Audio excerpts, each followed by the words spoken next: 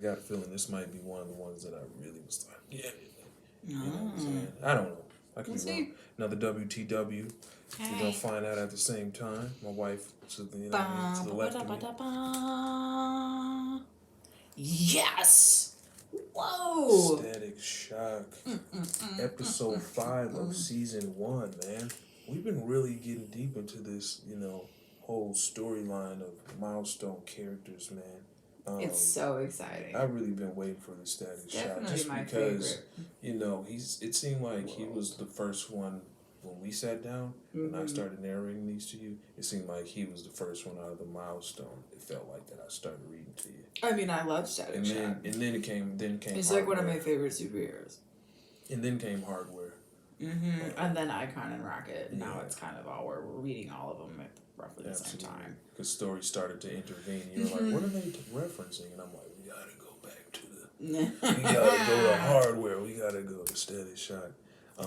Yeah. Oh, I'm so excited. Fun. I mean, he's in a cube. I really like how they. Gosh. I really like how they utilize the effects of his powers, man. Like, well, he looks especially stuck. on these covers, man. Is what? He looks stuck in that cube. Yeah. Doesn't he look stuck? Mm-hmm. You should show the screen. He looks stuck. He looks unhappy. Well, that's the first one. He does look like he's under duress, man. That's the first one I want to read. No shout out to the other ones, but absolutely, man. I mean, dude, he's gonna be. When you're looking at, milestone comics, and you got to compare it to other things, right? Because that's what we do. Hardware is obviously the Iron Man. You know what I mean? The lead guy, but I think Static Shock is definitely the biggest star thus far of Milestone. I would say, what I'm saying.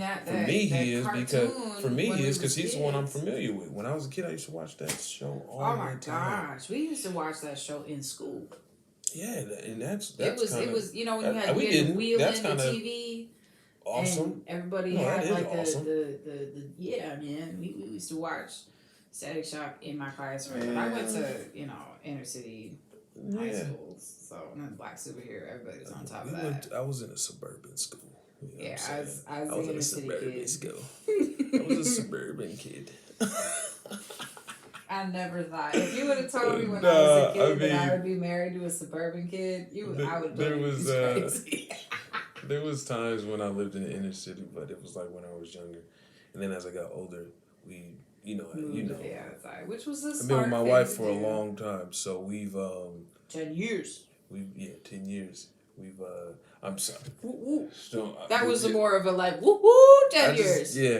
And we I was actually always living on the outskirts of the city. You know what I'm saying? Which is cool with me because then I could just come and go as I please. So that was fine for me. Yeah, I was in the thick of it. Yeah, you know what I'm saying? Her neighborhood is actually like it's actually a really chill neighborhood. I mean, shit goes down though. But it's like it's kind of like for me, it's kind of just like I always felt like in some areas it's just certain bad apples, man. It's not the whole community. It's just certain bad apples. It was a really cool cultural community, and I always was playing with kids that didn't look like me, which is why Static Shock was so freaking cool because they've got a diverse set of characters just from the get-go. So, it doesn't feel like forced. I mean, and man, dude, they tackle a lot of issues, man. They do. Like, shout out to Dwayne McDuffie, man. One of the GOATs to me when it comes to comic book writing and just writing in general, man. The dude was really ahead of his time talking about issues that so many comic books, especially when Milestone started, were not touching. You know what I'm saying? He was touching on issues that were just, politics, sex, all that, man. You know what I'm saying? Sexuality and, gender. Oh, man, dude was ahead of his time, man. He knew the assignment. As a kid said. That's a great way. He knew the assignment. He was like, look, I'm about to just make sure that, I, bring some humanity to this along with just making some really entertaining stuff, man. Mm-hmm. That's the thing. You know, that's what You're made him so so. entertaining. That's what made him so genius, though. The stuff that he wrote was dope. Mm-hmm. You know what I'm saying? And you know, he was talking about social issues. Yeah. And the artwork was dope. You know, I can't believe we've been reading these Static Shock and these milestone comments. We still haven't rewatched the TV show that we both. Which one? Justice League? No, the Static Shock. Oh, Static Shock. Oh yeah. I don't know. I just jumped to Justice Whatever. League. I started thinking We've watched Justice League because they're part of. I mean, because they're part of DC. Yeah, they're part of DC.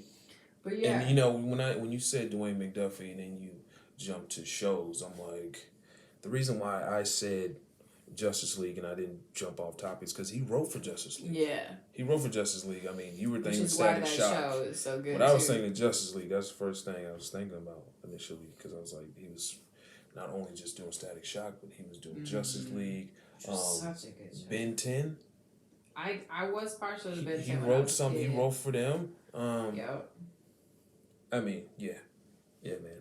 I definitely rocks with some Ben 10. Yeah, and that's his original character. You know, Static Shock is his original character, so it's just brilliant, man. Big inspiration of mine. Absolutely.